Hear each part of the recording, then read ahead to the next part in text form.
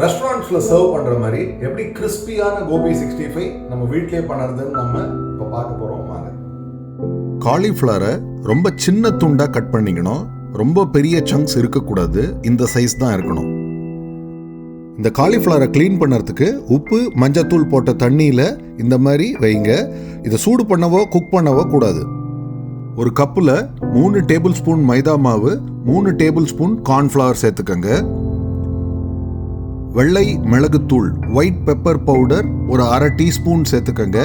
அப்புறம் 1 டீஸ்பூன் உப்பு இதில் சேர்த்துக்கங்க.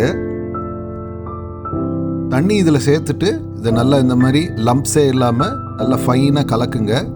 இதில் Kashmiri chilli powder 1 table spoon சேர்த்துருங்க. திரும்ப இதை நல்லா கலக்குங்க. இப்போ இதில் நம்ம இந்த காலிஃப்ளவரை தண்ணி இல்லாமல் இதில் சேர்க்க போகிறோம். இந்த பதத்தில் இருக்கணும் அந்த மாவு. ஒரு நல்ல கோட்டிங் இருக்கணும் அந்த காலிஃப்ளவர் மேலே.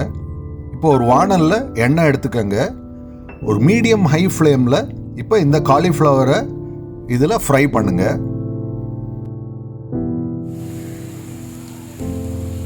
ஒரு கோல்டன் ப்ரௌன் கலர் வந்த உடனே எடுத்துடலாம். நல்ல சவுண்ட் வரும் இந்த மாதிரி.